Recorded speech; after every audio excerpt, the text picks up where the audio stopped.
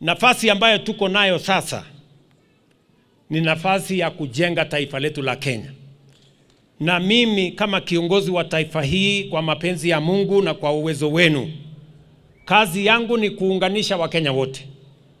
Wakenya kutoka jamii zote, kaunti zote, dini zote.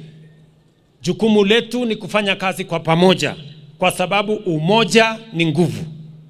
Mimi nataka niwahakikishie Wakenya wote, hakuna sehemu ya Kenya itabaguliwa. Hakuna sehemu ya Kenya itawachwa nyuma kwa mambo ya maendeleo. Sisi wote ni ndugu moja, wa taifa moja. Siasa duni ya kujaribu kugawanya Wakenya na mapendeleo na ubaguzi haitafanyika chini ya serikali hii. Tunataka tuungane, tushirikiane, tufanye kazi kwa pamoja. Jambo la pili ni kuhakikisha kwamba tunabadilisha taifa letu la Kenya. Kenya haiwezi kubadilishwa kwa maneno na matusi na mambo ambayo hayafai.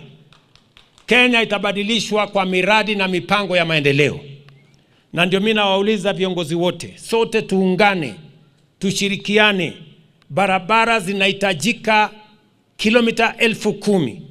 Ni jukumu letu kama viongozi tufikirie vile tutapanga hiyo barabara itajengwa kwa njia gani, pesa tutapata kwa njia gani. And that is the mission I have, and I am going to lead from the front in making sure that we do that.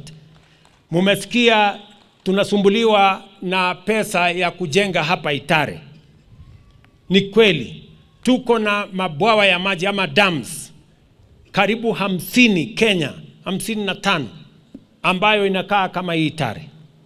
Lakini kwa sababu ya pesa ambayo haitoshi, tunasumbuana, na ndio sababu lazima tuwe na National Infrastructure Fund ambayo itatusaidia kukamilisha hizi dams badala ya kungojea watu kutoka wapi watusaidie na hiyo kazi.